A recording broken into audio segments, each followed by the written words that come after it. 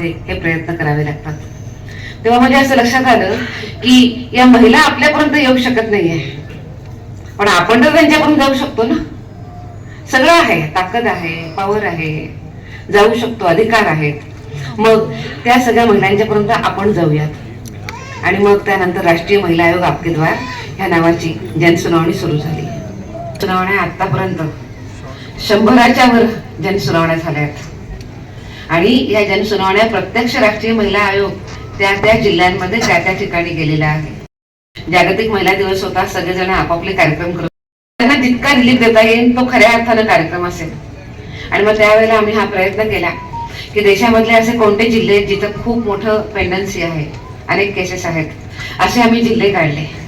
आणि जवळपास ते 450 जिल्हे होते। आणि या 450 जिल्ह्यामध्ये आम्ही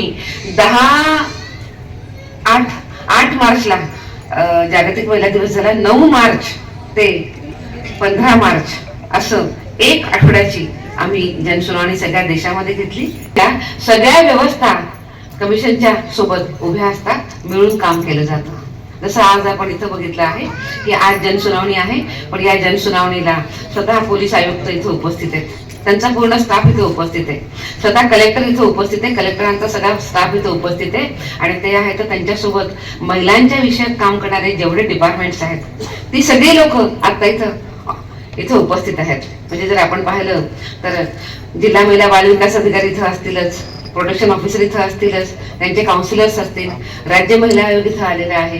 प्रश्न जेवढ्या महिलांच्या अडचणी इथं मांडल्या गेल्या आहेत त्या सगळ्या सॉल्व्ह व्हाव्यात अशा पद्धतीचा प्रयत्न असतो आणि हा बऱ्यापैकी सॉल्व्ह होतो। मागच्या महिन्यामध्ये आम्ही ज्या 450 जिल्ह्यांच्या जनसुनावण्या केल्या त्याच्यामध्ये आम्ही जवळपास 15,000 केसेस घेऊन गेलो होतो।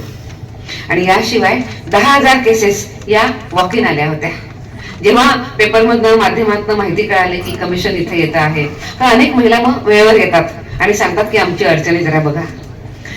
आयोगापर्यंत त्या लगेच येऊ शकतील आणि आपण त्या अडचणींना कसं निराकरण करता येऊ शकेल असं आपण नक्की बघू। आजची जनसुनावणी याच प्रकारची आहे। मला असं वाटतं आजच्या जनसुनावणीमध्ये आधी 100 केसेस होत्या, 100 केसेस थी, ह्याच्यामध्ये येताच पोलिसांनी अनेक केसेस ज्या आहेत त्या आधीच सॉल्व्ह केलेल्या आहेत। त्याच्यामुळे मला असंही वाटतंय की 20-25 केसेस तर आधीच बघितल्या गेलेल्या आहेत आणि प्रत्यक्षामध्ये आता 75-80 केसेसची जनसुनावणी इथं होईल। आणि त्याशिवाय इथं जर कोणी महिला आल्या असतील की ज्यांना त्यांची काही अडचणी आधी रजिस्टर नाही केलेलं पण आत्ता करू इच्छित आहेत तर त्यांची सुद्धा जनसुनावणी त्यानंतर होईल।